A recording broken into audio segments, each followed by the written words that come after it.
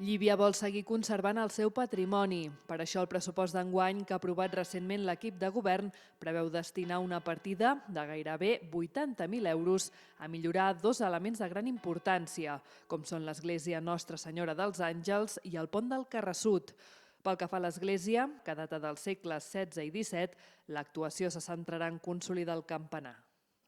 Tenim un greu problema amb el campanar de l'església, que està esbarlat, hi ha molta part de la part alta que marca que es pugui caure.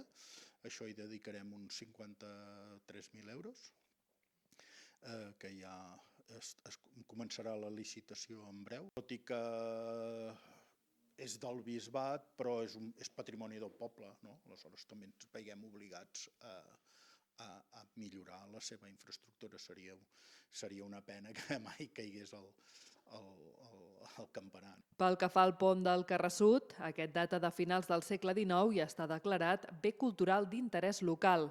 És un clar exemple de la importància dels sistemes de reg a les terres de conreu i una zona concorreguda pels que fan la ruta de les fonts de Llívia. Des de fa mesos, però, el seu accés està restringit per seguretat. Es va ballar, es va tancar, es va precintar perquè marcava molt malament i això ha fet que no s'hi pugés la gent perquè no pogués caure, la gent hi es trenqués o alguna cosa. L'any passat ja es va fer un inici amb el projecte i aquest any es acabaran de realitzar les obres, que són uns 26.000 euros. Recordem que l'Ajuntament de Llívia ha aprovat un pressupost global per aquest 2025 de més de 3,5 milions d'euros.